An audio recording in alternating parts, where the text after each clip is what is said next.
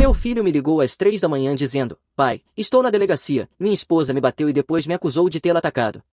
Quando entrei, o sargento ficou pálido e disse: senhor, nós não sabíamos quem o senhor era. Ei, Reddit, meu filho ligou às 3 da manhã da delegacia, disse que a esposa o agrediu, mentiu, e eles o prenderam. Entrei esperando uma bagunça, não esperava que soubessem meu nome. Antes de chegar nisso, deixe-me começar do começo. 15 meses depois da aposentadoria, ainda acordo antes do amanhecer como se estivesse sendo pago para me preocupar. Meu nome é Gavin Mercer, 58 anos, ex-corregedoria interna por 26 anos, agora fazendo trabalhos ocasionais de consultoria quando algum escritório do condado entra em pânico e precisa de alguém que saiba onde os corpos estão enterrados. Moro sozinho, casa silenciosa, ruas silenciosas e um telefone que quase nunca toca depois da meia-noite. Meu filho Cole, 35 anos, emprego estável, vida estável, mantém certa distância do jeito que filhos adultos fazem, sobrenomes diferentes, menos complicações. Somos próximos sem dizer que somos próximos. O telefone tocou às 2h53 da manhã. Eu já estava acordado revisando arquivos de auditoria de compras para um trabalho de consultoria que algum administrador do condado implorou para eu aceitar. Pai, a voz do meu filho falhou no alto-falante, ele não me chamava assim desde que completou 30 anos, tinha mudado para Gavin quando conseguiu o cargo de supervisor, disse que parecia mais profissional. Ouvir aquela palavra fez um gelo descer pela minha espinha. Preciso de você agora, ele acrescentou, onde fica a delegacia de Ucid. A Tessa me bateu. Ela ligou para o 911 e disse que eu a ataquei. A respiração dele engasgou. Eles me prenderam, pai, nem olharam para o meu rosto. Eu já estava calçando as botas antes de ele terminar a frase. Não diga uma palavra a ninguém, nem uma sílaba. Estou a 12 minutos de distância. A viagem levou 9. Eu sabia o que encontraria. Chamadas domésticas eram um desastre esperando para acontecer, homem mais chamada de distúrbio igual à prisão, evidência opcional. Eu tinha investigado casos suficientes de má conduta envolvendo respostas mal feitas à violência doméstica para escrever um manual sobre tudo que os policiais fazem de errado. A delegacia de Ucid ficava na Quinta com Maple, o mesmo prédio de tijolos dos anos 90 que cheirava café queimado e negligência institucional. Eu tinha estado lá exatamente uma vez, 6 anos antes, para revisar procedimentos de manuseio de evidências depois que um caso de narcóticos deu errado. Encontrei irregularidades suficientes para suspender 2 policiais e rebaixar um tenente. O atendente do balcão levantou os olhos do computador, um rapaz jovem, talvez 27 anos, com um bigode que gritava 6 meses fora da academia, o crachá dizia Oficial Patterson. Ele provavelmente tinha acabado de voltar de uma ocorrência, ainda estava com o colete, turno da noite com pouco pessoal, fazendo jornada dupla no balcão e na patrulha. Estou aqui por Cole Brennan. Patterson mal me olhou, o senhor é família ou advogado? Família, e eu conheço o procedimento. Ele começou a escrever o nome. Gavin Mercer. A cor drenou do rosto dele como se alguém tivesse puxado um tampão. Ele se levantou tão rápido que a cadeira bateu na parede. Senhor, vou chamar o sargento Morrison agora mesmo. Ele praticamente correu pelo corredor. Fiquei ali, pasta na mão, observando-o desaparecer. Reconhecimento não era incomum na minha linha de trabalho, mas essa reação parecia excessiva, mesmo para alguém que conhecia o nome. O sargento Morrison apareceu em 20 segundos, mulher de ombros largos, meados dos 50 anos, cabelo cinza-aço puxado para trás. Reconhecia imediatamente, o escândalo da delegacia de Westbrook, ela tinha sido supervisora de patrulha lá quando expus 8 policiais que operavam um esquema de proteção com empresas locais. 2 foram para a prisão, outros 5 foram demitidos. A reputação do departamento levou anos para se recuperar, e meu nome se tornou sinônimo de investigações que acabam com carreiras. Morrison parecia ter engolido o vidro. Sr. Mercer. Ela não estendeu a mão. Eu não sabia que Cole era seu filho. Sobrenomes diferentes mantêm as coisas limpas. Preciso vê-lo agora. Morrison assentiu, por aqui. A área de custódia parecia exatamente como qualquer outra delegacia deprimente que eu já tinha auditado, luzes fluorescentes zumbindo acima, lançando tudo em um amarelo doentio. Cole estava sentado numa sala de entrevista, as mãos envolvendo um copo de isopor. O olho direito estava inchando a ponto de fechar, um hematoma roxo profundo se espalhando pela maçã do rosto. Arranhões desciam pelo pescoço, linhas vermelhas furiosas que pareciam marcas de unhas. Ele levantou os olhos quando entrei, alívio inundou seu rosto, seguido imediatamente por algo que parecia vergonha. Eu não fiz nada. Eu sei. Comece do começo. A história saiu em pedaços. Tessa vinha sendo volátil havia meses, escalando de acusações para jogar coisas. Naquela noite, ela construiu toda uma fantasia sobre Cole ter um caso com uma colega de trabalho chamada Raquel. Não havia caso, Raquel tinha 63 anos, era casada com outra mulher havia 20 anos e tratava Cole como um sobrinho. Ela pegou uma luminária e balançou na minha cabeça, disse Collie, as mãos tremiam. Eu segurei o pulso dela. Ela começou a gritar, me batendo com a outra mão. Eu só tentei mantê-la afastada de mim. Então ela parou de repente, foi para o quarto e ligou para o 911. O que exatamente ela disse quando ligou? Que eu a ataquei, que estava com medo pela própria segurança, que eu vinha escalando havia semanas. Quando os policiais chegaram, o que você disse a eles? Que ela me atacou primeiro, que eu nunca bati nela. A voz de Collie baixou. Eles nem fotografaram meus ferimentos. Só perguntaram a Tessa se ela se sentia segura, ela disse que não. Eles me prenderam imediatamente. Fiz anotações. Eles os separaram para entrevistas. Não. Falaram com nós dois na mesma sala inicialmente, depois me prenderam e tomaram o depoimento dela separadamente. Morrison bateu no batente da porta. Senhor Mercer, podemos conversar em particular. Entrei no corredor e a expressão de Morrison havia mudado de preocupada para defensiva. A esposa do seu filho afirma que ele a agarrou de forma agressiva quando ela o confrontou sobre uma suspeita de infidelidade, diz que ele a jogou contra a parede e a ameaçou. Ela tem hematomas em ambos os pulsos e na parte superior do braço. Meu filho tem um olho roxo, contusões no rosto e ferimentos defensivos no pescoço que parecem como se alguém tivesse tentado arrancar os olhos dele com unhas. Mantive a voz controlada. Alguém documentou isso antes de levá-lo preso. O oficial Patterson tomou a decisão da prisão com base na ligação inicial e na declaração da senhora Brennan. Então ele prendeu alguém sem fotografar todos os ferimentos, sem separar as partes para depoimentos independentes e sem considerar que a pessoa que ligou para o 911 poderia estar mentindo. Deixei aquilo pairar no ar. Se ele for fichado esta noite, Collie perde o acesso à casa pela manhã. A Tessa provavelmente já está redigindo um pedido emergencial. O maxilar de Morrison se contraiu. O que o senhor quer? Que eu solte seu filho imediatamente. Eu quero cópias de toda a documentação, incluindo a gravação do 911, as imagens das câmeras corporais dos dois policiais que atenderam a ocorrência e as duas declarações. Quero que fotografem os ferimentos do Collie agora mesmo, com marcações corretas de horário e documentação da cadeia de custódia, e quero que Tessa Brennan seja entrevistada novamente por alguém com mais de 6 semanas de experiência de campo. Eu posso conduzir a entrevista. Ótimo, certifique-se de perguntar a ela porque a história dela soa como se tivesse sido lida de um roteiro. Os olhos de Morrison se estreitaram. O que o senhor quer dizer? Tirei o telefone do bolso e abri uma gravação de voz que eu havia iniciado no momento em que Collie disse que Tessa ligou para o 911. Reproduzi um trecho em que Collie repetia o que os policiais disseram que Tessa afirmou, ele vem escalando há semanas, estou com medo pela minha segurança, ele me agarrou de forma agressiva. Ouça essa formulação, escalando há semanas, medo pela minha segurança, agarrou agressivamente. Olhei para Morrison. Talvez ela tenha dito exatamente assim, talvez seus policiais tenham resumido, mas de qualquer forma essas são as frases que acionam uma prisão automática. Isso não é linguagem de pânico, isso é treinamento. A expressão de Morrison mudou. O senhor acha que ela planejou isso? Acho que ela sabia exatamente quais botões apertar para obter a resposta que queria, e Patterson deu isso a ela sem questionar. Dê-me 1 hora. Voltei para Collie. Eles vão te soltar. Você vai ficar comigo até resolvermos isso. E a Tessa, e ela. Mantive o tom neutro. A lealdade de Collie era ao mesmo tempo admirável e irritante. Ela não está bem. Isso não é do feitio dela. O trabalho tem sido estressante, a mãe dela está doente, ela não tem dormido. Nada disso justifica agressão ou registrar um boletim falso. Eu sei, mas não posso simplesmente abandoná-la. Estamos casados há 5 anos. Collie olhou para mim com esperança desesperada. Talvez se ela receber ajuda, se pudermos conversar e resolver. Vamos discutir opções amanhã. Hoje à noite você vem comigo. Morrison processou a liberação de Collie com linguagem condicional, pendente de investigação adicional, sujeita à revisão. No momento em que ficamos liberados, ela me chamou de lado e me entregou um tablet, terminal de visualização de evidências. O senhor pode revisar as imagens das câmeras corporais e a gravação do 911 aqui, sob supervisão. Nenhuma cópia sai do prédio sem pedidos formais.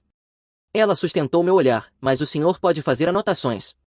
Morrison voltou 50 minutos depois com a detetive Reeves, uma investigadora veterana com quem eu nunca tinha trabalhado, mas sobre quem ouvirá coisas razoavelmente boas, afiada, metódica, não deixava vieses pessoais se sobreporem às evidências.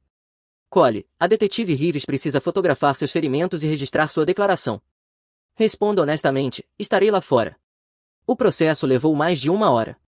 Reeves foi minuciosa, documentando cada arranhão, hematoma e marca. Quando terminou, ela me encontrou no corredor. O relato dele é consistente, os ferimentos correspondem a ações defensivas. Estou entrevistando a senhora Brennan agora. Quero observar. O senhor sabe que não posso autorizar isso. Então preserve todas as imagens de acordo com a política de retenção. Vou protocolar um aviso de preservação logo amanhã de manhã, solicitando uma auditoria do manuseio de evidências neste caso. Reeves me estudou por um momento. O senhor não está aqui como advogado. Estou aqui como um pai que por acaso sabe como evidências se perdem ou são convenientemente ditadas quando carreiras estão em jogo. Garanta que tudo seja preservado corretamente. Ela assentiu. Sala de observação, sem interferência. Observei através do vidro espelhado enquanto Tessa se sentava na sala de entrevista, parecendo pequena e assustada. Ela sempre fora miúda, mal tinha 1,62 m, com traços delicados, cabelo loiro preso num rabo de cavalo bagunçado, bochechas manchadas de lágrimas, usando calça de yoga e um suéter grande demais. Ela parecia exatamente a ideia do elenco central de como deve ser uma vítima de violência doméstica.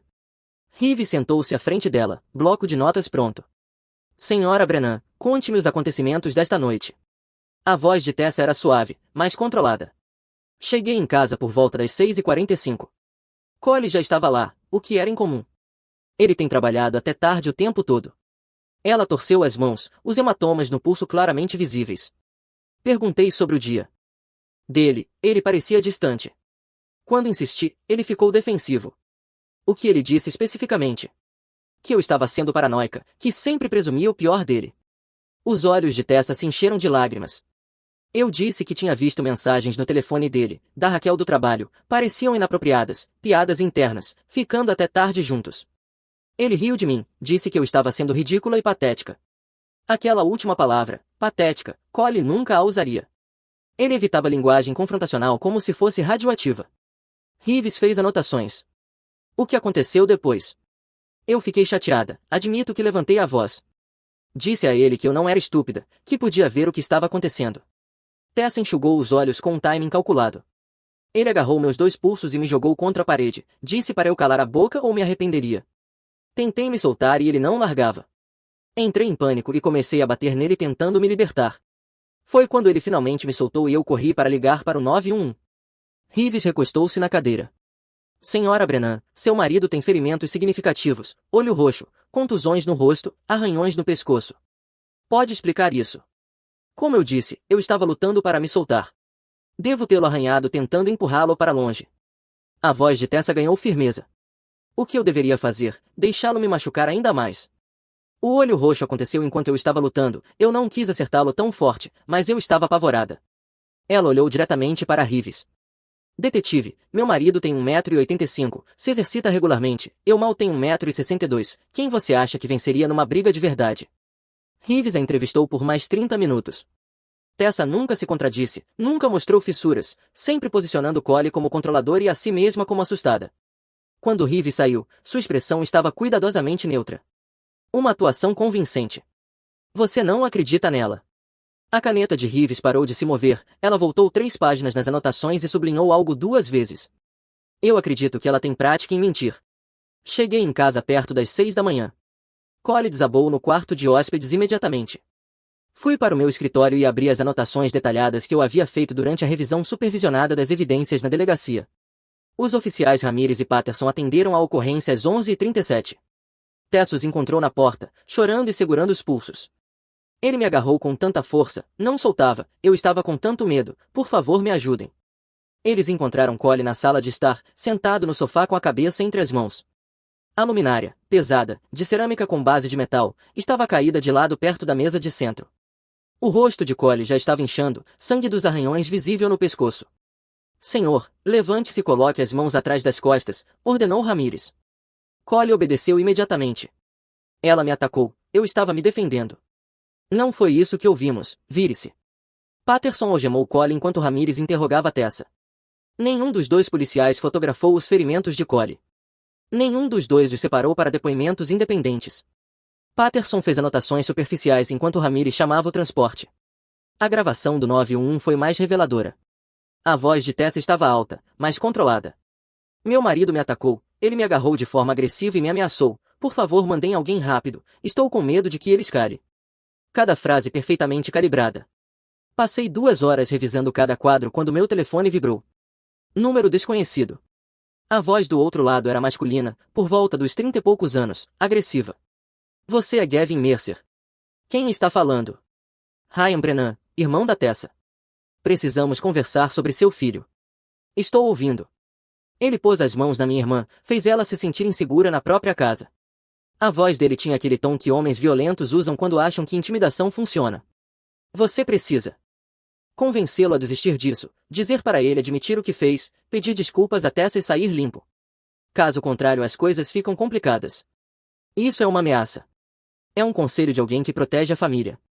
O tom de Ryan se tornou mais duro. Cole está tornando isso mais difícil do que precisa ser.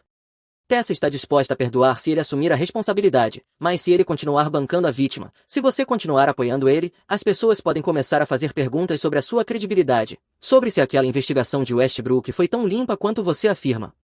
Eu sorri, embora ele não pudesse ver. Você terminou. Escute com atenção. Não, você escute. Mantive a voz casual. Você acabou de me ameaçar e ao meu filho numa linha gravada. Você insinuou que fabricaria acusações sobre uma investigação encerrada e admitiu que sua irmã está disposta a desistir disso se Cole confessar algo que não fez, o que prova que ela está usando o sistema como alavanca. O silêncio do outro lado foi satisfatório. Se você entrar em contato comigo, com meu filho ou com qualquer pessoa ligada a este caso novamente, vou documentar isso como intimidação de testemunha. Estamos entendidos. Ryan desligou. Eu imediatamente salvei a gravação e enviei cópias para 3 contas diferentes na nuvem. Em seguida, enviei para a detetive Reeves com uma breve explicação. Ela retornou em menos de 10 minutos. Bom, isso foi estupidez da parte dele. Foi, mas prova que eles estão coordenando. Tessa não está agindo sozinha. Vou acrescentar isso ao processo. Também vou registrar um relatório formal de incidente, anotando ameaças contra você e Cole. Se ele entrar em contato com qualquer um de vocês ou com possíveis testemunhas, ele será indiciado. Desliguei e tentei dormir, falhei em grande parte. Por volta das 7, meu telefone tocou novamente. Desta vez era Mitchell Torres, um ex-colega dos meus tempos de corregedoria interna que havia migrado para investigações no setor privado. Gavin, ouvi dizer que Cole se meteu em encrenca. A notícia corre rápido, fofoca de forças policiais de cidade pequena.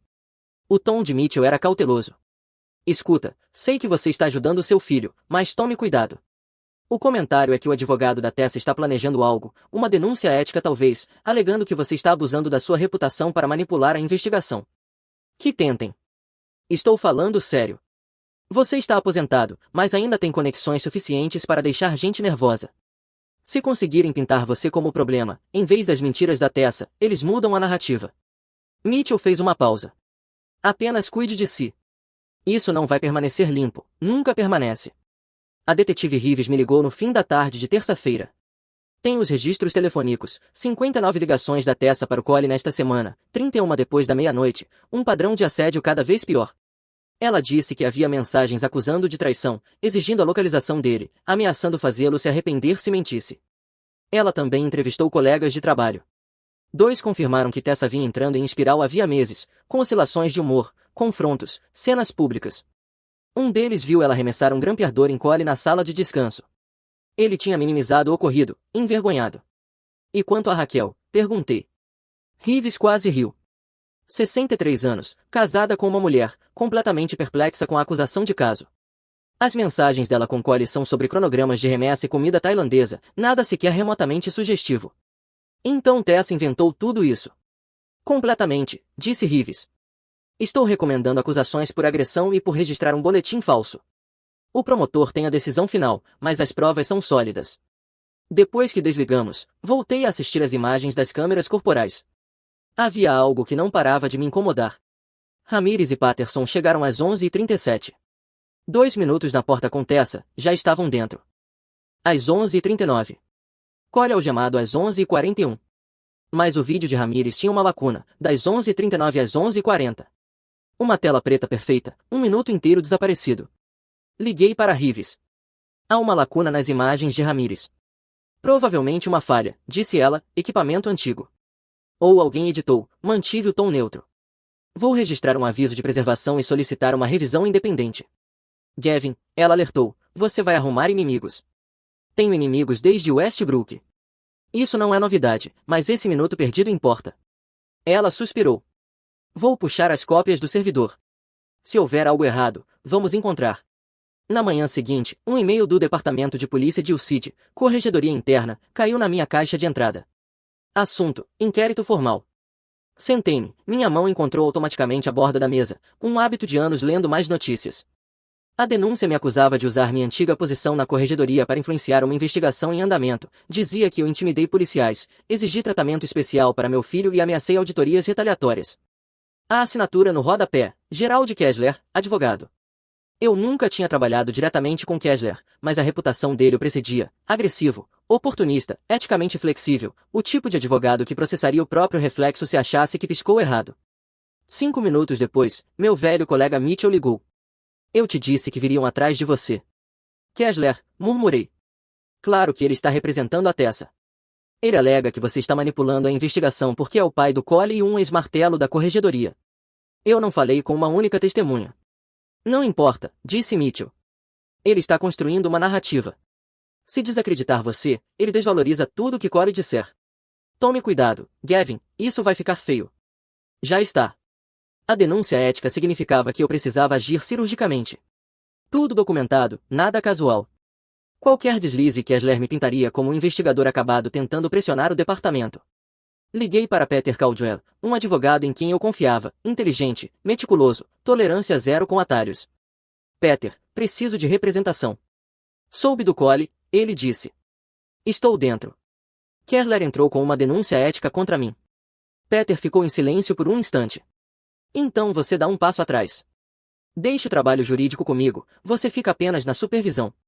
Não fale com testemunhas, não apareça em lugar nenhum sem convite, não dê munição para Kessler alegar abuso de influência. Odeio o quanto você está certo. Eu sei. Agora me mande tudo. Vou responder à corregedoria e sair na frente. A semana se arrastou como punição. Cole assombrava o quarto de hóspedes, ricocheteando entre culpa, raiva e exaustão. E acima de tudo pairava aquela maldita denúncia, uma nuvem de tempestade esperando para estourar. Na quinta-feira, Reeves ligou novamente. Desta vez a voz dela tinha um fio cortante. Aquele minuto perdido não foi falha. Alguém acessou o servidor e o apagou 3 horas após a prisão. Quem? Não sabemos. Login administrativo, nome de usuário genérico. Poderia ser qualquer pessoa com acesso. Ela soava frustrada. Essa pessoa sabia exatamente o que estava fazendo, cobriu os rastros. Dá para recuperar. Estamos tentando. Mas isso significa que alguém de dentro quis aquele minuto apagado, eu disse. O que quer que tenha acontecido contradizia a história da Tessa ou provava a do Cole. Reeves acrescentou: estou levando isso ao capitão Hernandes. Hernandes era da velha guarda, 28 anos de serviço, reputação de reprimir duramente má conduta. Se houve adulteração de provas sob o teto dele, haveria consequências severas. Ótimo, eu disse. Certifique-se de que ele saiba que alguém adulterou provas em um caso ativo. Isso é crime. Ele sabe. Na sexta-feira de manhã, meu telefone tocou. Capitão Hernandes. Senhor Mercer, no meu escritório em 1 hora. Quando um homem como Hernandes chama, você limpa a agenda. O escritório dele era simples, com decorações, fotos de família, mesa organizada. Ele fez um gesto para eu me sentar. A detetive Reeves me disse que o senhor identificou possível adulteração de provas e que permaneceu dentro dos limites apesar da denúncia ética. Eu conheço as regras, eu disse. Não estou tentando criar problemas. Bom, ele se inclinou para a frente, porque eu mesmo revisei a exclusão. Alguém entrou no nosso servidor de evidências usando credenciais pertencentes a um supervisor que estava de folga. O login veio de um endereço de IP vinculado a uma cafeteria a quilômetros daqui. Então alguém roubou credenciais e apagou provas remotamente. Exatamente. Isso não foi um ato de pânico, foi calculado. Abriu uma investigação interna completa. Quem fez isso enfrentará acusações criminais. Agradeço a transparência, eu disse, mas preciso saber o que havia naquele minuto perdido. Hernandes abriu um fragmento recuperado no computador. Não era o vídeo completo, mas suficiente. A imagem era granulada, irregular nas bordas, mas o áudio estava claro. Mostrava Patterson na porta falando com Tessa enquanto Ramírez entrava. Tessa, ele me agarrou com tanta força, estou com medo. Patterson, ele te bateu. Tessa, não exatamente, mas ele foi agressivo. Patterson, ele te ameaçou. Houve uma longa pausa, 4 segundos, depois a voz de Tessa mudou, incerta, tateando algo que soasse como medo. Ele disse que eu me arrependeria de fazer acusações. Patterson, isso é uma ameaça, vamos lidar com isso. O clipe cortou. Hernandes fechou a tela. Aquela pausa conta toda a história. Ela estava improvisando. Patterson forneceu a ela a linguagem necessária para que a prisão se sustentasse. Alguém apagou isso porque mostrava orientação indevida, eu disse. Exatamente, e esse alguém enfrentará as consequências. A expressão de Hernandes se endureceu. Isso também significa que a prisão do seu filho pelo oficial Patterson foi baseada em uma declaração fabricada. O promotor retirou todas as acusações esta manhã. Ela está avaliando se vai denunciar a Tessa. Eu fiquei de pé. Obrigado, capitão. Não me agradeça ainda, isso é sobre integridade, não favores. Ele estendeu a mão, mas disse que lamentava que meu filho tivesse sido pego no meio disso tudo. Apertei a mão dele e saí, sabendo de uma coisa com absoluta certeza, a verdadeira luta estava apenas começando. Peter me ligou no sábado de manhã. Temos um problema. O que agora? A testemunha-chave está desistindo. Jennifer Kemp, a colega de trabalho que viu Tessa arremessar o grampeador, disse que não se sente mais confortável em testemunhar. Por quê? Ela não disse, mas alguém chegou até ela. A frustração dele era evidente. Sem ela, o padrão ainda existe, mas fica mais fraco. Podemos obrigá-la. Podemos tentar, mas se ela estiver com medo, pode se retratar no depoimento.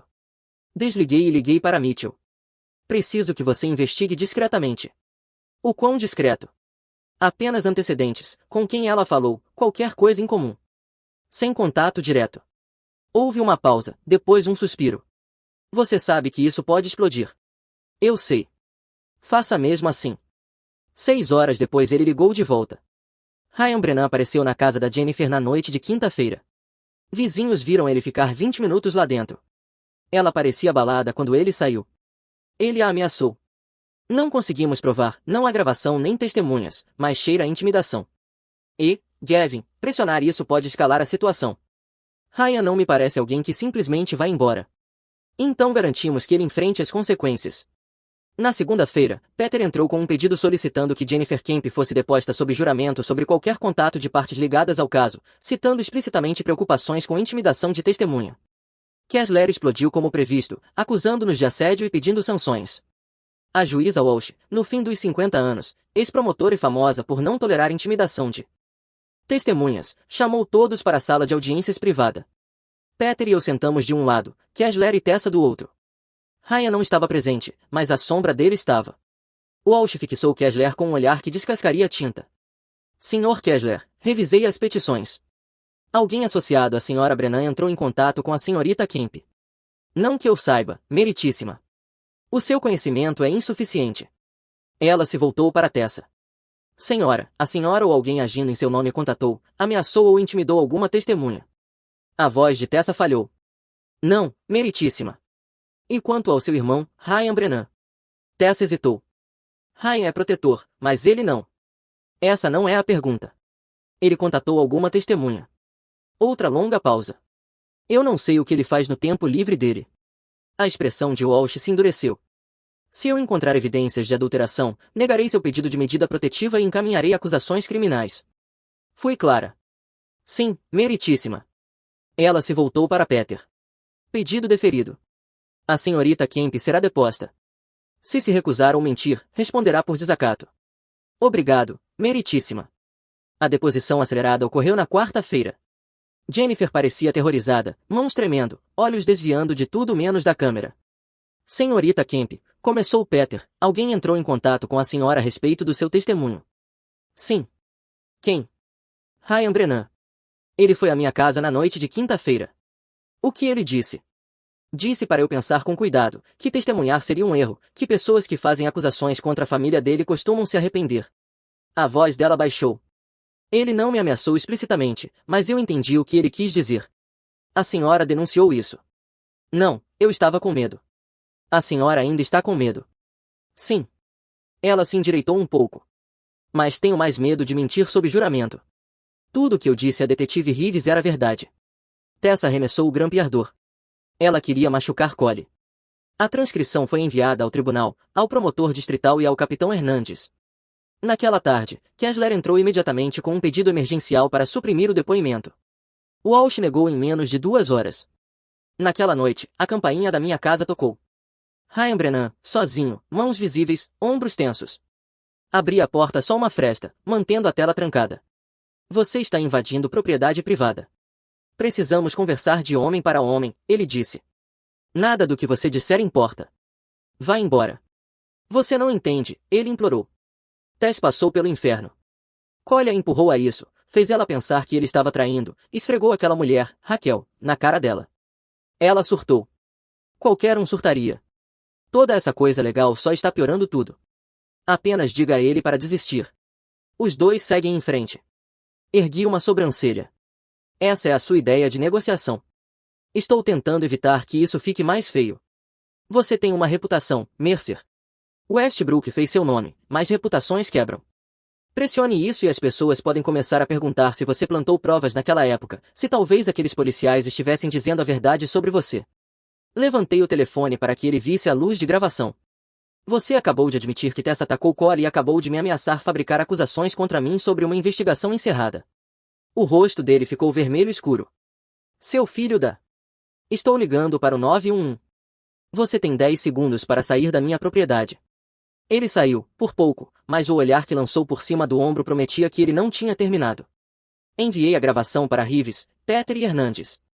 Peter entrou com pedidos de medida protetiva para Collie e para mim naquela mesma noite. Na manhã de quinta-feira, Ryan Brennan estava algemado.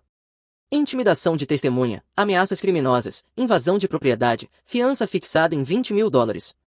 A mãe de Tessa, Carol, perdeu completamente o controle no estacionamento da delegacia, gritando sobre perseguição e corrupção. Ryan estava protegendo a irmã. Vocês estão destruindo minha família. O próprio Hernandes saiu para fora. Senhora, seu filho ameaçou testemunhas e violou advertências. Isso são crimes. Se a senhora continuar interrompendo as operações, será presa. Ela recuou, mas não em silêncio, postando online em menos de uma hora sobre um ex-investigador corrupto usando conexões para destruir a família de uma vítima. Teve 43 compartilhamentos antes de alguém apontar que atacar o pai da suposta vítima de violência doméstica era uma escolha estranha se ela queria simpatia.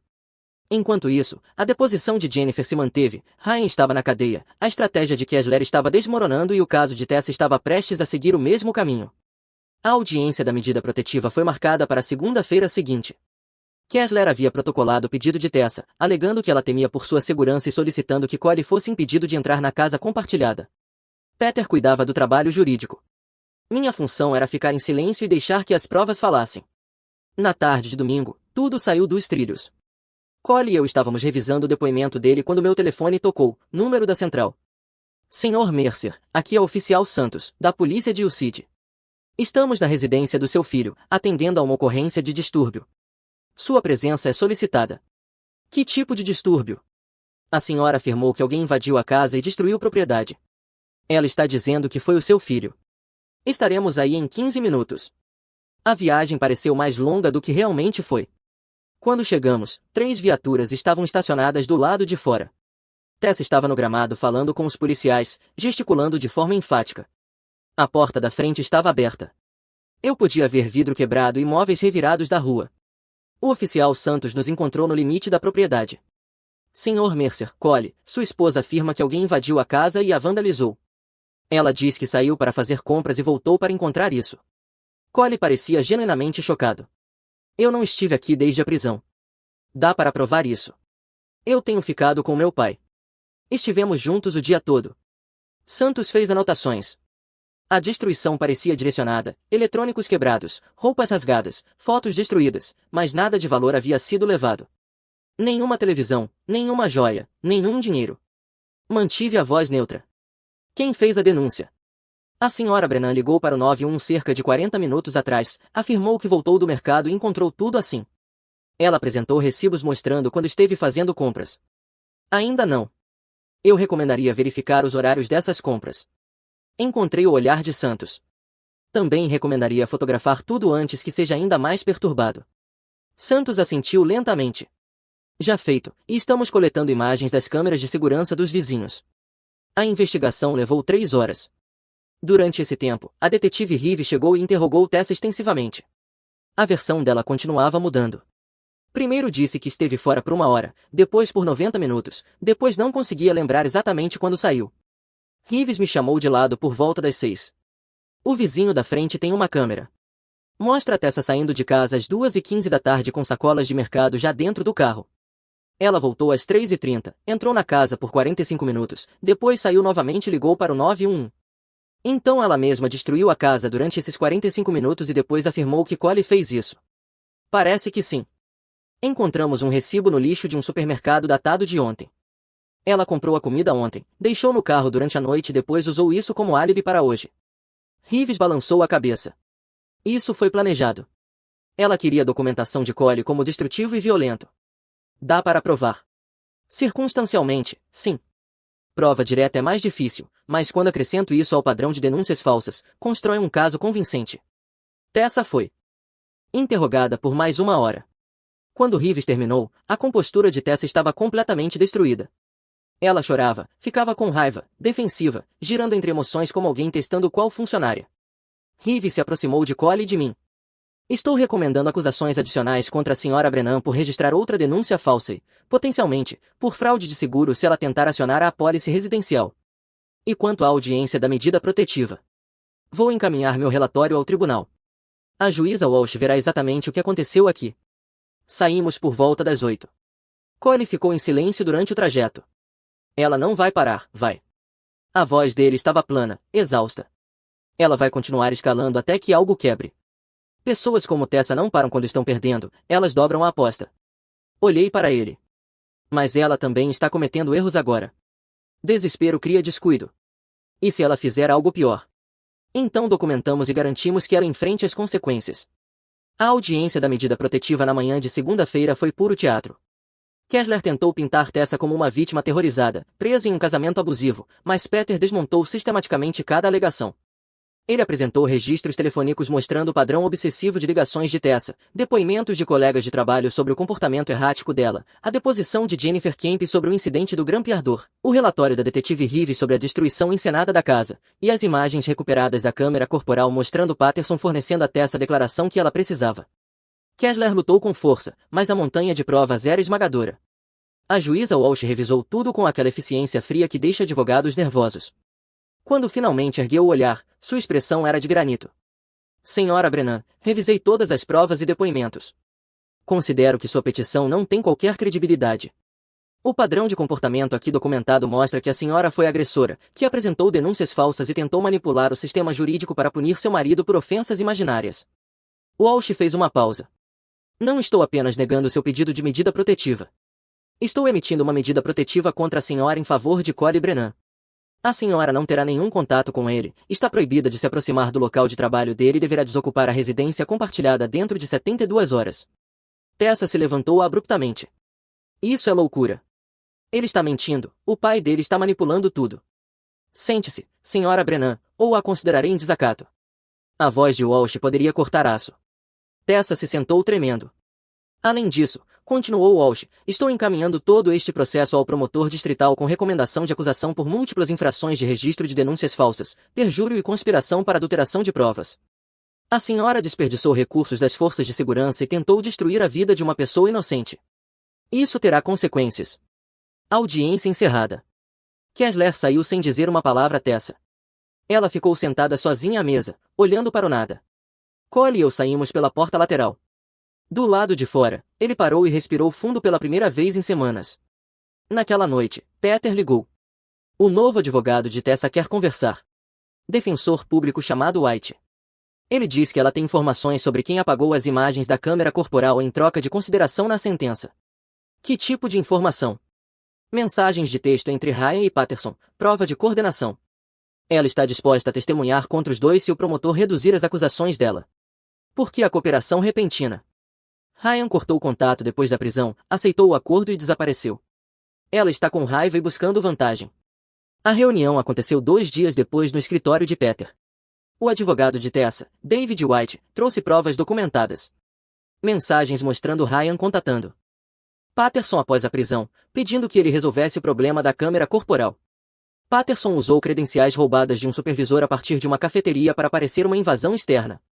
Ele esperava $5.000 em dinheiro. O pagamento nunca veio. Ryan sumiu depois de fechar o acordo. O promotor agiu rápido. Patterson foi preso em menos de 48 horas. A denúncia ética contra mim foi retirada depois que o capitão Hernandes forneceu um relatório detalhado de isenção. Tessa recebeu 18 meses de prisão no condado e 5 anos de liberdade condicional em troca do testemunho. A declaração do juiz na sentença foi brutal. Senhora Brennan, a senhora transformou o sistema jurídico em uma arma contra uma pessoa inocente. Manipulou as forças de segurança, cometeu perjúrio e não demonstrou nenhum remorso. A única razão pela qual não está cumprindo uma pena maior é porque sua cooperação expôs corrupção, o que não a absolve. Patterson recebeu 3 anos de prisão estadual por adulteração de provas e obstrução. Ryan violou a liberdade condicional 8 meses depois ao criar uma conta falsa em rede social para contatar Cole. Voltou para a prisão por mais 1 ano. 6 meses depois de tudo terminar, encontrei Cole para tomar café da manhã em um restaurante perto do novo apartamento dele. Ele havia vendido a casa, comprado um lugar menor mais perto do trabalho, começado a namorar uma professora chamada Olivia. Ele parecia diferente, mais leve. O peso que carregava tinha desaparecido. Você fez bem, eu disse. Nós fizemos bem. Cole sorriu. Tenho pensado no que você disse naquela primeira noite, sobre como algumas pessoas manipulam o sistema porque sabem como ele funciona, e fico grato por ter tido alguém que soube como reagir. Ele fez uma pausa. Nem todo mundo tem isso. Não, não tem. Terminamos o café da manhã e saímos para o ar frio da manhã. Cole foi para o trabalho. Eu voltei para casa para revisar arquivos de um novo caso de consultoria, alegações de adulteração de provas em um departamento de uma cidade pequena, 3 condados adiante. A luta nunca termina de verdade, mas desta vez nós vencemos. E às vezes, tarde da noite, quando o sono não vinha, eu lembrava da voz de Cole às 2h53 da manhã dizendo: pai, eu preciso de você, e pensava em todas as pessoas que fizeram essa mesma ligação sem ninguém do outro lado que soubesse como responder. Esse pensamento me mantinha trabalhando. Minha esposa olhou direto nos meus olhos e disse que eu não tinha direito de opinar sobre as amizades dela. 3 semanas depois, ela estava chorando porque eu tinha dado entrada no divórcio, mas eu já tinha ido embora. Certo, Reddit, apertem os cintos porque essa história é pesada. Minha esposa entrou em um círculo de empoderamento que a transformou em uma pessoa completamente diferente. Ela começou a chegar em casa às 2 da manhã, cheirando ao perfume de outra pessoa, mentindo sobre onde estava e dizendo que eu era controlador por fazer perguntas básicas. Então, quando ela perguntou às amigas tóxicas se deveria continuar casada comigo, eu respondi por ela. Aqui está o que aconteceu. Eu, homem de 34 anos, trabalho como analista financeiro em uma empresa regional de investimentos aqui em Columbus. Estou ralando nessa carreira há cerca de 12 anos, subi desde um cargo inicial fazendo contas básicas até analista sênior. O trabalho paga bem, me mantém ocupado e, sinceramente, eu sou bom nisso. Números fazem sentido para mim, eles não mentem, não manipulam, não dizem uma coisa querendo dizer outra. Pessoas, aparentemente, sim. Minha esposa Megan, mulher de 32 anos, e eu nos casamos há 9 anos. Conheci ela na festa de aniversário de um amigo quando ambos estávamos no começo dos 20 anos. Ela era esperta, engraçada, tinha uma confiança que me atraiu imediatamente. Namoramos por 2 anos antes de eu pedir em casamento, depois passamos mais 1 ano planejando o casamento. Tudo parecia certo. Compramos uma casa juntos há 5 anos, nada luxuoso, mas nossa, estilo colonial em um bairro decente, daquele tipo em que você acena para os vizinhos e eles realmente acenam de volta, aquela energia de cerca branca, você entende o clima. Na maior parte desses 9 anos, as coisas foram boas. Tínhamos nossas rotinas, noites de terça-feira eram de comida chinesa para a viagem daquele lugar no centro que nós dois adorávamos. Sentávamos à mesa da cozinha, comíamos direto das embalagens e conversávamos sobre nossos dias. Os fins de semana eram manhãs preguiçosas, café na varanda dos fundos e tarefas à tarde. Não éramos o casal mais empolgante, mas éramos sólidos, estáveis, pelo menos eu achava que éramos. Olhando para trás, eu deveria ter visto os sinais antes, mas quando você está em um casamento, você arruma desculpas, você assume o melhor, diz a si mesmo que é só uma fase difícil, convence-se de que a mulher com quem você se casou ainda está ali em algum lugar, mesmo quando as evidências dizem o contrário. Toda a confusão começou cerca de 4 semanas antes de tudo explodir. Mega chegou do trabalho em uma terça-feira cheia de empolgação com um novo grupo que havia encontrado pelas redes sociais. Chamava-se Círculo de Empoderamento Feminino de Columbus, Mulheres Apoiando Mulheres, segundo ela, um espaço seguro para falar de problemas reais sem julgamentos. No início parecia inofensivo, encontros para café nas manhãs de sábado, discussões de livros nas noites de quarta-feira. Ela chegava em casa energizada, falando sobre como era revigorante se conectar com mulheres que a entendiam. Fiquei feliz que ela tivesse algo fora do trabalho e da nossa rotina. Todo mundo precisa de amigos, todo mundo precisa de comunidade, eu não ia ser aquele cara que reclama porque a esposa tem vida social. Mas então as reuniões começaram a ficar mais frequentes, 3 vezes por semana, depois 4. Os encontros noturnos começaram a terminar mais tarde, 11 da noite, meia-noite, depois 2 da manhã em dia de trabalho. E o vocabulário dela mudou de um jeito que parecia ensaiado, como se estivesse lendo um roteiro que outra pessoa escreveu. De repente, tudo que eu fazia era masculinidade tóxica, toda pergunta que eu fazia era trabalho emocional que eu estava exigindo injustamente, toda preocupação que eu expressava era eu tentando recuperar meu poder sobre ela. A mulher com quem me casei não falava assim. Ela sempre foi direta, prática, objetiva.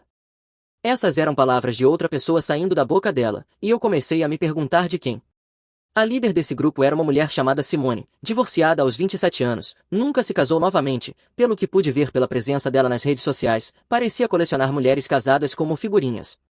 O perfil dela era cheio de frases sobre conhecer o próprio valor, se recusar a se acomodar e se libertar das correntes das expectativas, tudo muito inspirador se você não percebesse que todos os relacionamentos dela tinham terminado em desastres espetaculares. Depois havia Jade, que tinha 2 filhos com 2 pais diferentes e não conseguia entender por que nenhum dos 2 homens queria continuar presente na vida dela. Ela postava constantemente sobre ser uma mãe forte e independente enquanto, ao mesmo tempo, atacava os pais dos filhos por não assumirem responsabilidades. A dissonância cognitiva era impressionante. E o Andy, que estava no terceiro noivado e trabalhava em algum esquema de pirâmide vendendo óleos essenciais ou suplementos ou qualquer que fosse o golpe mais recente. Ela postava sobre construir seu império enquanto, simultaneamente, pedia dinheiro emprestado a amigos porque tinha investido suas economias em estoque que não vendia. 3 divórcios entre as 3, 4 filhos com pais ausentes, 7 empregos fracassados no último ano, múltiplas falências, despejos e ordens de restrição se você cavasse fundo o suficiente. Mas, aparentemente, essas eram as mulheres que minha esposa de 9 anos havia escolhido como conselheiras de vida. A ironia não passou despercebida para mim. Quando mencionei pela primeira vez que essas novas amigas pareciam ter muito drama em suas vidas, a resposta de Megan foi imediata e cortante. A defensividade veio tão rápido que parecia treinada. Você não pode mais escolher minhas amigas, ela disse. Eu não estou escolhendo nada, respondi, só estou apontando que toda conversa que você tem com elas termina com você brava comigo por algo que eu nem sabia que tinha feito. Isso é porque você não entende amizade feminina, ela disse, nós nos apoiamos, validamos as experiências umas das outras, não julgamos as escolhas umas das outras. Mas o apoio parecia ser de mão única. Simone postava constantemente nas redes sociais sobre o relacionamento indefinido dela com algum professor casado da universidade. Jade compartilhava capturas de tela de mensagens dos pais de seus filhos, chamando-os de irresponsáveis enquanto recebia a pensão alimentícia dos 2. O Andy documentava cada novo esquema de marketing multinível com o mesmo entusiasmo, nunca reconhecendo os fracassos anteriores que a haviam deixado endividada. Essas eram as mulheres ensinando minha esposa sobre relacionamentos saudáveis, essas eram as vozes em que ela confiava mais do que na minha. Em uma noite de terça-feira de março, tudo veio à tona. Estávamos comendo comida chinesa para a viagem direto das embalagens, algo que costumávamos fazer toda semana quando as coisas eram simples, quando realmente gostávamos da companhia um do outro, quando uma noite de terça significava conexão em vez de conflito. Coloquei o garfo lentamente sobre a mesa e estudei o rosto dela. Megan tinha mudado nas últimas semanas, joias novas que eu nunca tinha visto antes, uma dureza nos olhos que não estava ali um mês atrás, a forma como ela mantinha o queixo erguido como se estivesse se preparando para uma briga antes mesmo de eu dizer qualquer coisa. Toda a postura dela tinha mudado de parceira para adversária.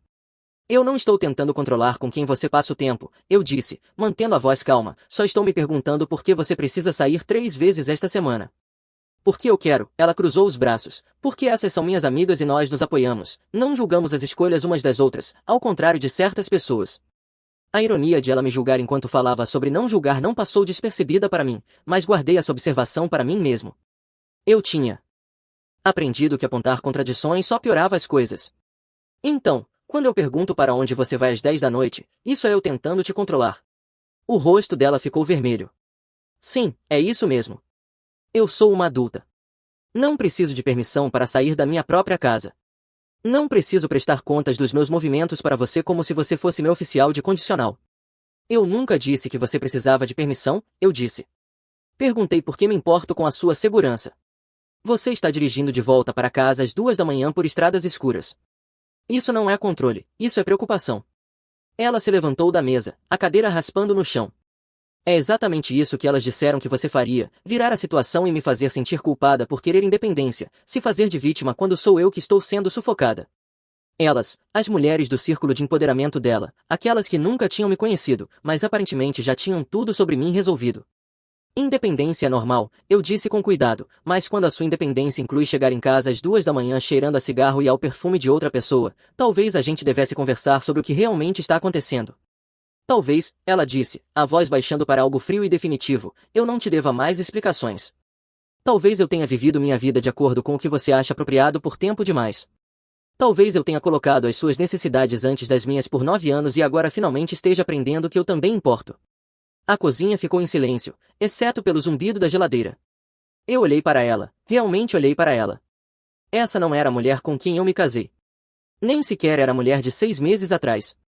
Algo fundamental tinha mudado, e só agora eu estava vendo quão longe o dano tinha se espalhado. Tudo bem, eu disse finalmente, você está absolutamente certa. Suas amizades são uma escolha sua. Suas decisões são uma escolha sua. Eu não posso te impedir de fazê-las. Ela piscou, claramente esperando mais briga. Ela estava preparada para uma discussão, e a minha concordância a deixou desequilibrada. Ótimo. E já que estamos falando de escolhas, eu também tenho algumas para fazer. A confiança na expressão dela vacilou por apenas um segundo. O que isso deveria significar? Eu me levantei e comecei a recolher a louça. Significa que, se você quer independência total nas suas escolhas, então eu tenho a mesma independência nas minhas. Justo é justo. Você não pode querer as duas coisas. Ela me seguiu até a pia. Não seja dramático. Isso é sobre amizade, não sobre o nosso casamento. É mesmo?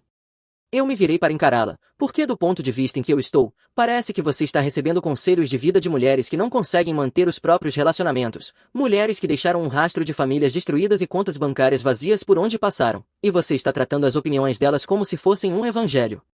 Os olhos dela se estreitaram. Não ouse insultar minhas amigas. Eu não estou insultando ninguém, estou fazendo uma observação baseada em informações publicamente disponíveis. Mas você tem razão, não é meu lugar julgar. Suas escolhas são pessoais. A forma como eu disse pessoal fez ela pausar. Ela não era burra, conseguia ouvir a mudança no meu tom, sentir que algo também tinha mudado em mim. O que você está planejando? Ela perguntou. Nada dramático, apenas exercendo meu próprio direito a escolhas pessoais. Ela me encarou por um longo momento, tentando descobrir se eu estava blefando. Eu não estava. Pela primeira vez em semanas, talvez meses, eu me senti lúcido, certo? A névoa de esperar que as coisas melhorassem finalmente tinha se dissipado. Ótimo, ela disse por fim, virando-se. Talvez agora você entenda o que independência realmente significa. Ah, eu respondi em voz baixa, estou prestes a entender isso muito bem.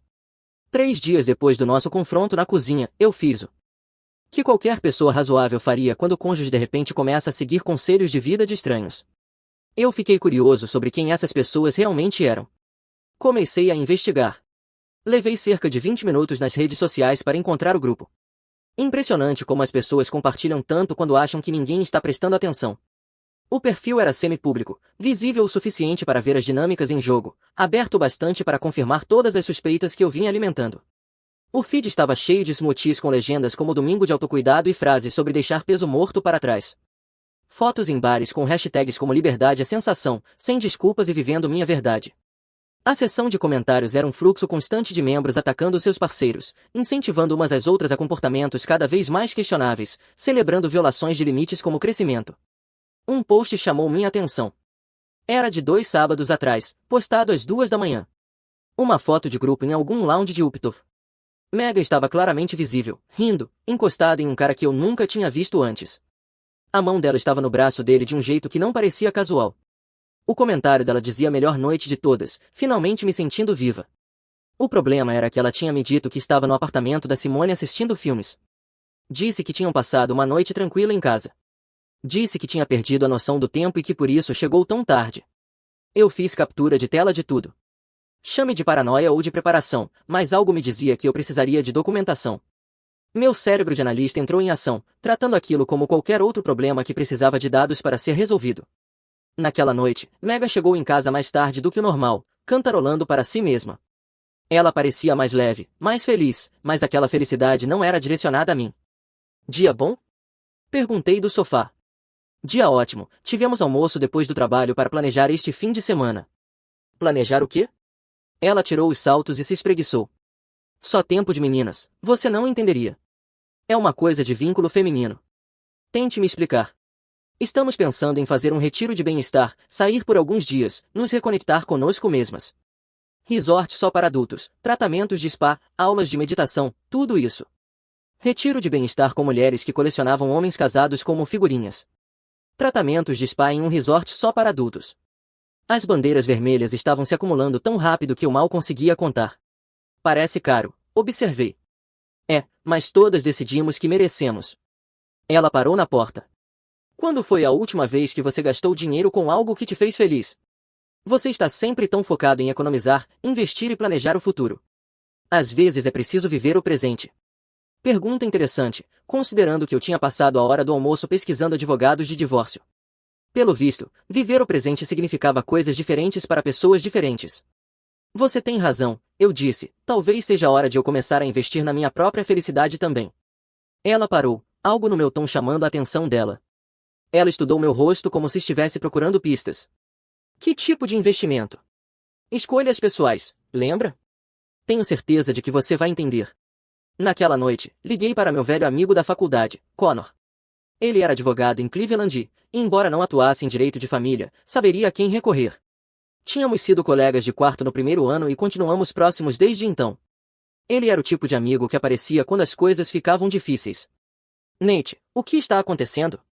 Preciso de algumas informações. Hipoteticamente, como funciona o divórcio em Ohio? Houve uma pausa, uma longa. Isso é sobre a Mega?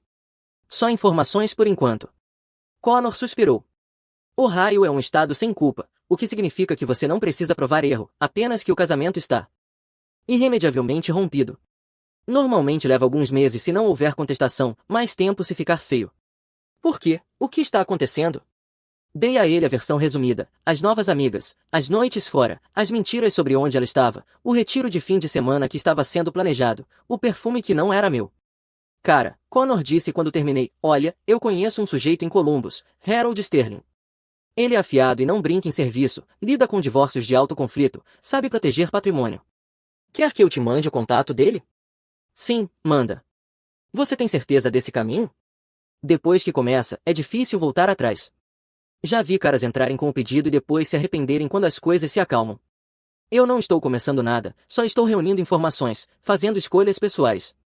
Certo, vou te mandar o número dele por mensagem. E, Nate, documente tudo, capturas de tela, datas, horários, lugares. Se isso sair do controle, você vai querer um rastro de papel. Já estou fazendo isso. Na noite de quinta-feira, tentei mais uma vez falar com ela, falar de verdade, não apenas trocar acusações através de linhas de batalha. Dar a ela mais uma chance de ser honesta. Ela chegou em casa às 6, mais cedo do que o habitual, e eu tomei isso como um sinal, talvez um bom sinal. Podemos falar sobre nós? A guarda dela subiu imediatamente, eu conseguia ver os muros se erguendo atrás dos olhos dela. Falar o que sobre nós? Eu sinto que estamos desconectados. Quando foi que deixamos de ser um time? Quando deixamos de ser parceiros? Ela colocou a bolsa sobre a mesa lentamente. Talvez nunca tenhamos sido um time. Talvez eu só estivesse seguindo sua liderança o tempo todo. Talvez eu estivesse apenas desempenhando um papel que você queria que eu desempenhasse. Tem outra pessoa? A pergunta saiu antes que eu pudesse impedir, a única pergunta que eu vim evitando porque não tinha certeza se queria a resposta. Por que os homens sempre pulam para isso? Ela balançou a cabeça. Isso é sobre eu me encontrar, não sobre te substituir por outra pessoa. Nem tudo é sobre você, Nate. Então me ajuda a entender o que está acontecendo, porque, do ponto de vista em que eu estou, minha esposa está ficando fora até as 2 da manhã, mentindo sobre onde esteve e recebendo conselhos de vida de mulheres cujas próprias vidas estão desmoronando. Algo não bate. Você não as conhece. Eu conheço o que elas postam online, conheço o histórico delas. 3 divórcios entre as 3, 4 filhos com pais ausentes, vários negócios fracassados e relacionamentos quebrados, mas claro, elas são qualificadas para te dizer como viver sua vida. Elas me entendem, elas me veem, algo que você parou de fazer há muito tempo. Elas estão te usando para validar as próprias escolhas, precisam que você fale para não se sentirem tão mal por falharem elas mesmas. Isso não é amizade, isso é recrutamento. O rosto de Megan ficou vermelho. Sai daqui. Esta casa também é minha. Então eu estou saindo. Ela pegou a bolsa e foi em direção às escadas. Ouvi ela no telefone imediatamente, a voz ecoando pelos dutos de ventilação, nem tentando ser discreta. Ele está começando a suspeitar, ela disse para quem quer que estivesse do outro lado. Não, eu não contei nada para ele. Este fim de semana vai ser o momento perfeito. Momento perfeito para quê? Eu me perguntei, mas tinha quase certeza de que já sabia a resposta. Na tarde de sexta-feira, Megan desceu as escadas com uma bolsa de fim de semana já arrumada. Ela tinha comprado roupas novas, eu percebi, roupas caras que eu nunca tinha visto antes, e a própria bolsa era nova, de marca de designer, nada barata. O grupo vai fazer um retiro de bem-estar em Cincinnati, ela anunciou, saindo depois do trabalho e voltando no domingo à noite. Eu levantei os olhos do meu café. Cincinnati em março vai estar frio. Vamos ficar no Suites Hotel com acesso ao spa, muito exclusivo, muito bom. Eu assenti lentamente, percebendo a lingerie nova visível na metade aberta da bolsa dela, ainda com etiqueta, o tipo de roupa íntima que ela não usava para mim havia meses, talvez mais. Eu já pedi folga no trabalho, ela continuou. Isso não é uma discussão. Isso não é eu pedindo permissão. Você está absolutamente certa, eu disse. Suas escolhas são pessoais, divirta-se. Ela analisou meu rosto, procurando sinais da discussão que esperava. Quando não encontrou nenhum, pareceu quase decepcionada, quase desconfiada. Você está mesmo bem com isso? Eu encarei os olhos dela diretamente. Você disse que eu não tenho direito de opinar, estou respeitando isso. Ah. Ela pegou a bolsa. Bom. Simone a buscou às 5. Eu observei da janela enquanto as 4 mulheres entravam no carro, já rindo antes mesmo de saírem da garagem. Megan não olhou para casa uma única vez, não acenou, não hesitou, apenas entrou e fechou a porta sobre 9 anos de casamento como se não fossem nada. No momento em que o carro dela desapareceu na esquina, eu entrei em ação. A névoa se dissipou, a espera acabou. A primeira ligação foi para Harold Sterling, o advogado que Connor havia recomendado. Deixei uma mensagem pedindo uma reunião na manhã de segunda-feira, expliquei a situação brevemente e disse que precisava agir rápido. Depois comecei a documentar. Fotografei cada cômodo da nossa casa, cada móvel que compramos juntos, cada eletrodoméstico, cada detalhe da nossa vida compartilhada, tudo com data e hora, criando um registro. Tirei cópias dos nossos registros financeiros, da certidão de casamento, dos documentos de seguro, dos extratos de investimento. Organizei todas as capturas de tela das redes sociais em uma pasta com datas e horários, construindo uma linha do tempo de mentiras. Em seguida vieram as questões práticas. Abri o laptop e transferi metade das nossas economias conjuntas para uma nova conta pessoal, $18.400, exatamente a metade, nem um centavo a mais, limpo e justo. Depois comecei a arrumar 2 malas com o essencial, roupas, itens de higiene, documentos importantes, coisas de que eu precisaria caso não estivesse voltando. Meu irmão mais novo, Trevor, morava em Indianápolis, cerca de 3 horas de distância. Liguei para ele. Ei, Nate, o que foi? Posso ficar com você por alguns dias, talvez mais tempo? Silêncio. Trevor me conhecia bem o suficiente para ler nas entrelinhas. O que aconteceu? Acabou, Trevor. Ela está em Cincinnati neste fim de semana com o grupo dela, provavelmente fazendo exatamente o que eu acho que ela está fazendo. Vou dar entrada na segunda-feira. Cara, você tem certeza? Isso é sério. Tenho certeza. 9 anos ou não, eu terminei de ser a rede de segurança enquanto ela testa as águas. Tudo bem, o quarto de hóspedes é seu pelo tempo que precisar. Dirija com cuidado. Obrigado, irmão. Eu te devo essa. Carreguei o carro naquela noite, 2 malas, meu laptop, a pasta com as provas, alguns itens pessoais com valor sentimental. Deixei todo o resto para trás, móveis, decorações, fotos de casamento, coisas que acumulamos juntos e que de repente pareciam apenas adereços de uma peça da qual eu já não fazia mais parte. Antes de sair, caminhei pela casa mais uma vez. A cozinha onde tivemos nossa última conversa de verdade, a sala onde costumávamos assistir a filmes nas noites de domingo, o quarto onde ela havia parado de me procurar meses atrás. Cada cômodo guardava uma memória de quem nós fomos. Nenhum deles guardava quem nos tornamos. Tranquei a porta atrás de mim, coloquei a chave sob o capacho e dirigi até Indianápolis. 3 horas de estrada escura e rádios de música country, tempo para pensar, tempo para processar. Quando estacionei na garagem de Trevor às 11 da noite, eu me sentia mais leve do que havia me sentido em meses. Trevor me recebeu na porta com café e uma chave extra. Você parece cansado, ele disse. Eu me sinto livre. Não é a mesma coisa. Não, mas é melhor.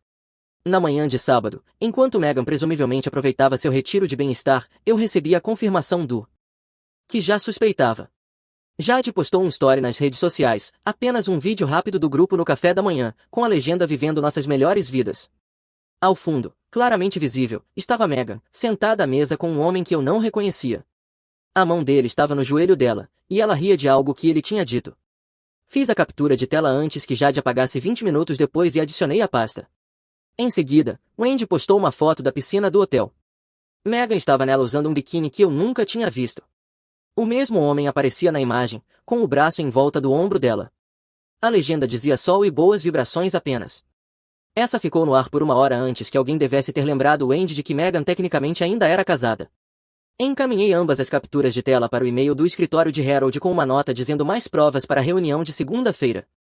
Na tarde de sábado, eu dirigi por Indianápolis com Trevor, olhando apartamentos, nada sério ainda, apenas sentindo o mercado. 3 quartos em Broad Ripple, um loft no centro perto do canal, um apartamento tranquilo de um quarto em Carmel, com uma varanda com vista para um parque.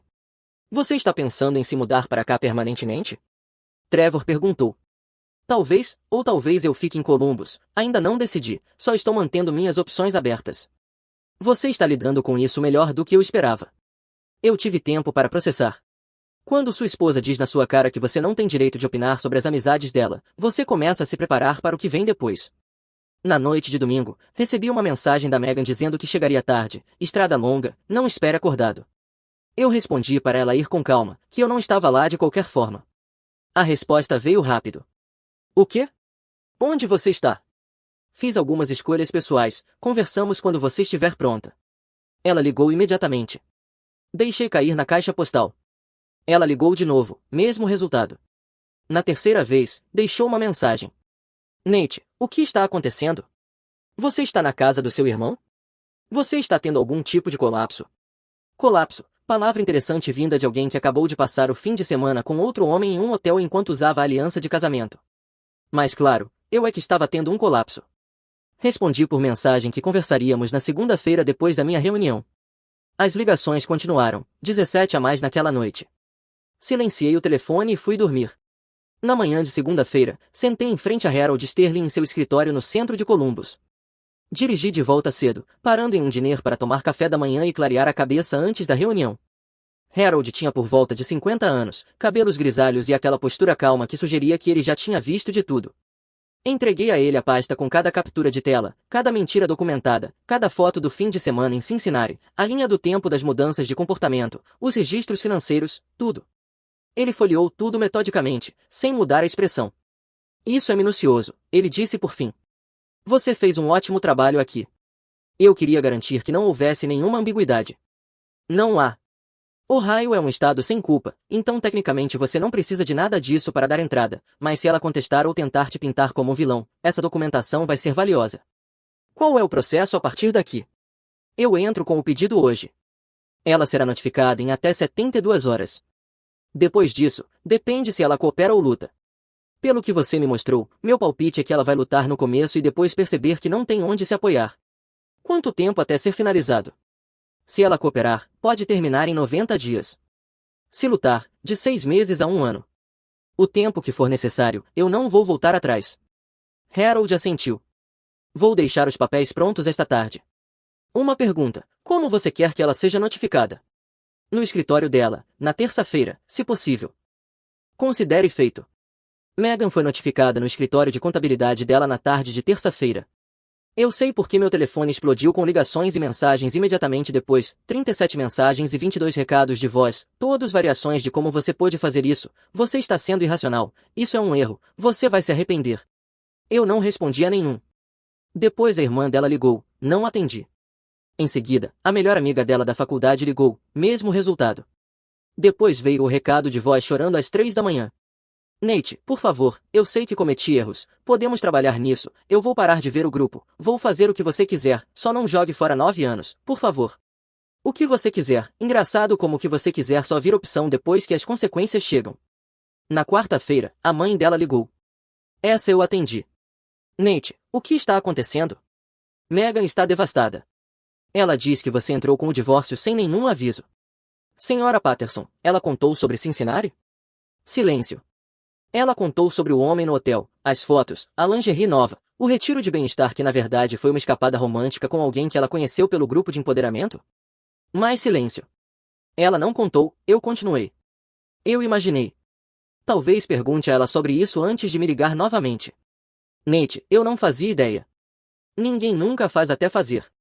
2 dias depois, recebi uma mensagem da mãe da Megan dizendo que tinha visto as fotos e que me devia um pedido de desculpas, que não fazia ideia do que a filha estava fazendo. Eu não respondi. Não havia mais nada a dizer. Na quinta-feira, Megan apareceu no prédio do meu escritório. A segurança me ligou perguntando se eu queria vê-la. Eu disse que não. 20 minutos depois, ligaram de novo dizendo que ela ainda estava no saguão chorando. Eu pedi que solicitassem que ela se retirasse ou chamassem a polícia. Ela foi embora. Na sexta-feira, tentou uma abordagem diferente e apareceu no apartamento do Trevor em Indianápolis. Como ela conseguiu o endereço, eu não faço ideia. Talvez tenha rastreado meu telefone antes de eu removê-la do plano, talvez tenha ligado para amigos em comum. De qualquer forma, lá estava ela na porta do Trevor às 7 da manhã, rímel escorrendo, implorando para conversar. Eu estava na cozinha quando a campainha tocou. Trevor olhou pelo olho mágico e virou para mim com as sobrancelhas levantadas. É ela. Não deixe ela entrar. Eu não pretendia. Trevor cuidou disso. Ele não quer te ver, disse ele pela porta apenas entreaberta. Eu só preciso de 5 minutos, por favor, avisa a ele que eu estou aqui. Ele sabe, a resposta ainda é não. Isso é entre mim e meu marido. Ele não é mais seu marido, ele entrou com o divórcio. Você foi notificada, é assim que funciona. Ele está cometendo um erro. 9 anos, Trevor. 9 anos não significam nada para ele. Você deveria ter pensado nisso em Cincinnati. Isso atingiu em cheio. Pela fresta da porta, eu vi o rosto dela desmoronar. Ele te contou? Ele me mostrou as fotos, as que Jade e Wendy gentilmente postaram online, bem discreto, por sinal. Aquilo foi tirado de contexto. Claro que foi. Você devia ir embora. Ela não foi. Sentou nos degraus da frente por 2 horas. Eu observei da janela enquanto ela alternava entre chorar, digitar furiosamente no telefone, fazer ligações e encarar a porta como se pudesse fazê-la abrir pela força da vontade. Em certo momento, tentou bater novamente. Trevor ignorou. Eventualmente, começou a andar de um lado para o outro na entrada da garagem. Um vizinho passou com o cachorro e lançou um olhar preocupado. Megan tentou acenar como se tudo estivesse normal, mas os olhos vermelhos e as mãos trêmulas a entregavam. Depois de 2 horas, Trevor finalmente ligou para a linha policial não emergencial e pediu orientação. Um policial apareceu cerca de 20 minutos depois, falou com ela de forma calma e acabou convencendo-a a ir embora. Ela argumentou no início, disse que tinha todo o direito de estar ali. Que só queria falar com o marido. O policial explicou calmamente que ela estava em propriedade privada e que os moradores tinham pedido que ela se retirasse. Ela voltou dirigindo para Columbus naquela noite. Eu sei porque ela me mandou mensagem à meia-noite dizendo que não acreditava que eu tinha mandado chamar a polícia. Eu respondi que não acreditava que ela tinha aparecido sem ser convidada na casa do meu irmão depois do que fez. Estamos quites. Ela não respondeu. As 3 semanas seguintes foram um borrão de processos legais, arranjos de moradia e reconstrução. Encontrei um condomínio de 1 quarto no bairro Short North, em Columbus, linhas limpas, cozinha moderna, varanda com vista para a cidade. Metade do espaço da casa que Mega e eu tínhamos compartilhado, mas totalmente meu. O trabalho virou uma âncora.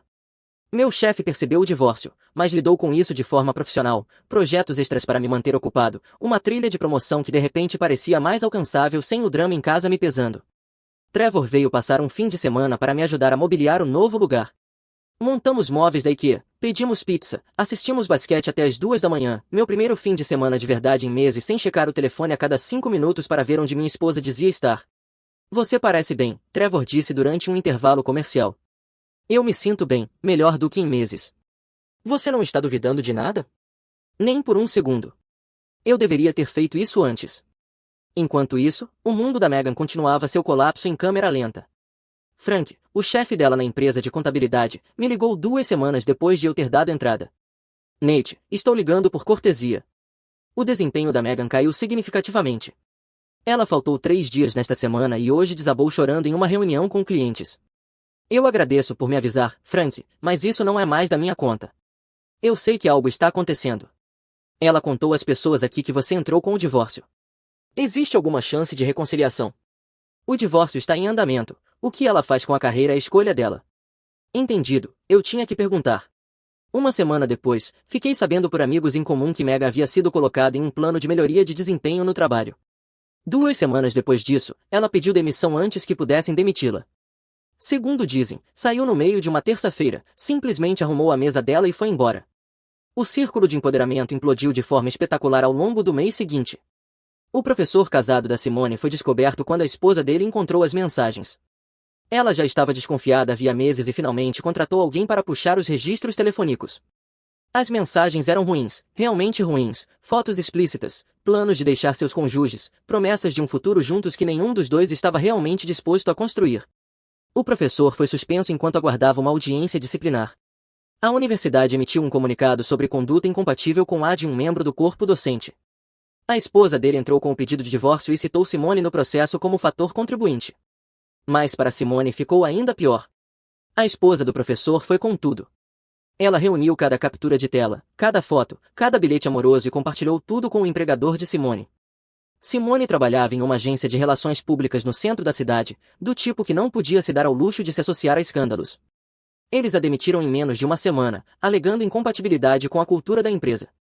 Tradução: não podemos ter nossa especialista em relações públicas se tornando um pesadelo de relações públicas. As redes sociais dela ficaram silenciosas da noite para o dia. A última postagem antes de desaparecer foi uma única frase: às vezes você é a vilã na história de outra pessoa. Sim, às vezes você é. A situação da Jade foi ainda mais caótica. Os dois pais dos filhos dela, de forma independente, entraram com pedidos formais de avaliação de custódia com apenas 2 semanas de diferença. Acontece que eles vinham conversando, trocando notas, comparando histórias de horror. As postagens constantes dela sobre vida de festas, as noites fora, os homens rotativos em sua vida, tudo isso virou prova documentada no tribunal. Cada história do Instagram, cada vídeo do TikTok, cada postagem no Facebook se tornou um item em um relatório de custódia que o juiz não gostou nada de ver. Ele não gostou de fotos da cuidadora principal fazendo doses de bebida alcoólica às 2 da manhã enquanto as crianças supostamente estavam na casa da avó. Não gostou do vídeo de Jade entrando em uma briga aos gritos com um segurança do lado de fora de um clube às 3 da manhã. Gostou menos ainda da postagem em que ela chamou os 2 pais de doadores de esperma que só brilharam no ensino médio, marcando os dois. Ela perdeu a guarda principal de ambos os filhos em menos de 2 meses, visitas supervisionadas 2 vezes por semana, aquele tipo de resultado que faz você se perguntar por que as pessoas compartilham tudo na internet como se não houvesse consequências. A última notícia que tive foi que ela voltou a morar com a mãe, estava trabalhando em um mercado e tinha pagado todas as contas de redes sociais que possuía. O terceiro noivo da Wendy cancelou o casamento depois de descobrir a montanha de dívidas que ela havia escondido dele, $23.000 em cartões de crédito de estoque fracassado de esquemas multinível que ela tinha guardado em um depósito. Ele descobriu porque uma agência de cobrança ligou para casa procurando por ela, e ele resolveu investigar. Quando encontrou o recibo do depósito, foi até lá e encontrou caixas e mais caixas de suplementos, óleos essenciais e produtos de bem-estar não vendidos, parados havia meses. Ele não só terminou o noivado como também retomou o carro que havia financiado em conjunto para ela, ligou para os pais dela para explicar o motivo e saiu do apartamento que dividiam no mesmo dia. O anel de noivado dela apareceu no Facebook Marketplace 3 dias depois, anunciado por uma fração do valor real. Ninguém comprou. A última postagem pública dela foi um pedido de desculpas por incentivar comportamentos que eu não tinha o direito de incentivar. Ela mencionou Meghan pelo nome. Eu disse a ela coisas sobre casamento e relacionamentos que eu não tinha o direito de dizer. Eu estava errada. Desculpa. O círculo de empoderamento feminino de Columbus foi dissolvido silenciosamente. Nenhuma postagem final, nenhuma explicação, simplesmente sumiu como se nunca tivesse existido. As páginas de redes sociais foram apagadas. O grupo de mensagens, aparentemente, explodiu em acusações e culpas. 3 amizades que eram do tipo até o fim de repente viraram cada mulher por si. Meghan postou sua própria declaração 1 mês depois de eu ter dado entrada. Eu destruí meu casamento ao ouvir pessoas que não conseguiam manter seus próprios relacionamentos. Assumo total responsabilidade pelas minhas ações. As mulheres que eu achava que estavam me apoiando na verdade estavam me puxando para baixo com elas. Para qualquer pessoa que tenha sido ferida pelas minhas escolhas, me desculpem. Para meu marido, que merecia melhor do que eu lhe dei, me desculpa. Para mim mesma, por perder tudo o que eu tinha, me desculpa. Os comentários inundaram a postagem, alguns solidários, muitos críticos. Um se destacou. Tentamos te avisar, você nos chamou de invejosos. Espero que tenha aprendido algo. Ela não respondeu a nenhum. 2 meses depois de eu ter dado entrada, Meghan pediu para se encontrar pessoalmente. Eu concordei, escolhendo uma cafeteria em Westerville, território neutro. Ela já estava lá quando cheguei 15 minutos mais cedo. Ela parecia menor do que eu lembrava, mais magra, com olheiras que nem a maquiagem conseguia esconder. A confiança que havia me atraído a ela uma década antes tinha desaparecido completamente. Obrigada por vir, ela disse. O que você precisa? Eu dispensei meu advogado. Não vou mais contestar o divórcio. Você pode ficar com tudo o que quiser, a casa, as economias, tudo. Eu não quero tudo, eu quero o que é justo. Então justo, o que você decidir que é justo? A casa é vendida, dividimos o valor. Divisão padrão de todo o resto, isso é justo. Ela sentiu, olhando para o café intocado. A vida da Simone está arruinada, ela disse em voz baixa. Jade perdeu os filhos. Wendy está sozinha e endividada. Todo mundo do grupo, as vidas delas simplesmente desmoronaram, inclusive a sua, inclusive a minha. Ela levantou os olhos para mim. Eu joguei tudo fora por nada, por mulheres que não se importavam comigo, por um homem cujo nome eu mal consigo lembrar. Você jogou fora pela sensação de estar livre de consequências. Eu sei. Bom, talvez a lição fique. Ela enxugou os olhos com um guardanapo. O que acontece agora? Agora os advogados cuidam do resto, assinamos os papéis e seguimos em frente. E nós? Não existe nós. Não existe há um tempo, eu só não queria admitir. Eu me levantei. Cuide de você, Megan, de verdade. Coloque sua vida em ordem, mas faça isso por você, não porque acha que isso vai me trazer de volta. Eu saí para a luz do sol da primavera e não olhei para trás. 3 meses depois de eu ter dado entrada, nos encontramos no Fórum do Condado de Franklin para a audiência final. Breve, processual, 11 minutos. 9 anos reduzidos à assinatura de um juiz e a uma pilha de papéis. O juiz revisou os documentos. O casamento está aqui dissolvido. Divisão de bens conforme acordado. E foi isso, terminado. Do lado de fora do fórum, Megan tentou mais uma vez. Será que algum dia podemos pelo menos ser amigos? Eu não sei, talvez, mas não agora, não por muito tempo. Caminhei até o meu carro. No retrovisor, vi ela parada sozinha nos degraus do fórum enquanto o carro da mãe dela se aproximava para buscá-la. Ela entrou sem olhar para trás. 6 meses depois, eu mal reconhecia minha própria vida.